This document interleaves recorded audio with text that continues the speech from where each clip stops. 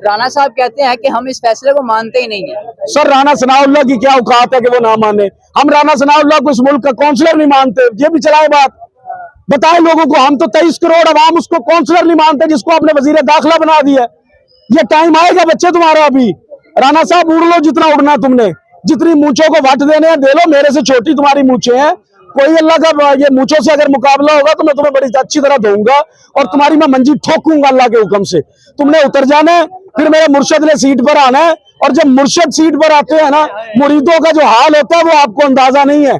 उस दिन से डरे खौफ करे कि जिस दिन ये काम होगा मेरा मुर्शद सीट पर बैठेगा, मेरा मुर्शद इंसाफ करेगा, फजलू को भी बुलाएगा, जरदारी को भी बुलाएगा, नवाज को भी बुलाएगा, नवाज के चमचों को भी बुलाएगा, इदारों को भी बुलाएगा, नंगा भी करेगा, बेइज्जत भी करेगा, करप्शन पर सजा भी देगा।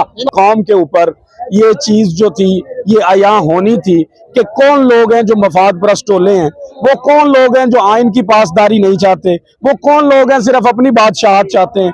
तो ये चीजें आया होनी थी लोगों के सामने। तो अल्लाह ताला ने हमारी मदद की और जो सच्चाई पर मेरा मुर्शद खड़ा था, उस जो खान साहब ने जो एक मकसद रखा हुआ है अपना, ये आइन बड़ा जरूरी था उसके लिए कि अगर आइन तोड़ दिया जाता आपके मुल्क का तो फिर मैं समझता हूं कि आपके मुल्क में कुछ नहीं बचता।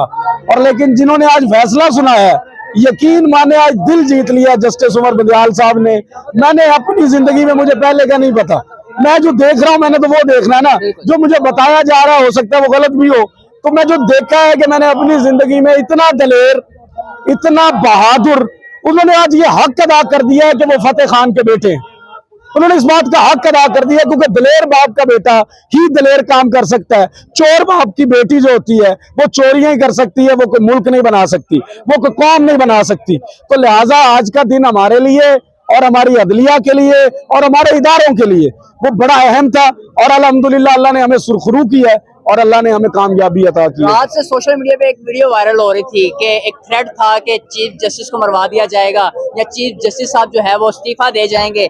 क्या देख रहे थे आप? रात कैसी फीलिंग गुजरी आपकी? सर रात है तो परेशानी वाली थी। परेशानी मुझे ये थी, ये नहीं थी कि कौन मार देगा, कौन फैसला बदल देगा, कौन क्या हो जाएगा, ये परेशानी मुझे नहीं थी।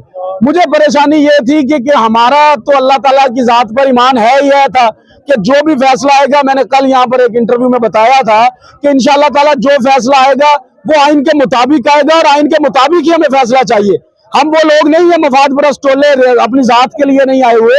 हम नजरियात पर खड़े हैं, हम विजन पर खड़े हैं, हम आइन बचाना चाहते हैं, मुल्क बचाना चाहते हैं, मुल्क को आजाद करवाना चाहते हैं, मुल्क के नौजवान का मुस्तकबिल चाहते हैं। हम यहाँ पर दहशत गर्दियां करने नहीं आए, हम गद्दार लोग नहीं है, हम मुल्क को नुकसान नहीं पहुंचा रहे। तो हमें आइन के मुताबिक फैसला चाहिए था जो बंदयाल साहब ने हमें दे दिया। और अल्हम्दुलिल्लाह उनको जो डराया जा रहा था, उनको जो धमकाया जा रहा था, जो उनको पीछे हटने की फरमाइशें की जा रही थी, जो उनको ऑफरें की जा रही थी, उस मर्द मुजाहिद ने फैसला कर लिया था कि उसने हक पर खड़े होना है और उसने अब डटना है। और उसने अपने जमीर से जब पूछा कि मेरा जमीर मुझे बता मैं क्या करूं, फिर उनका अल्लाह पर ईमान आया। तो जो फैसला आया वो अल्लाह की तरफ से आया, वो जस्टिस उमर बंदयाल साहब की तरफ से नहीं आया।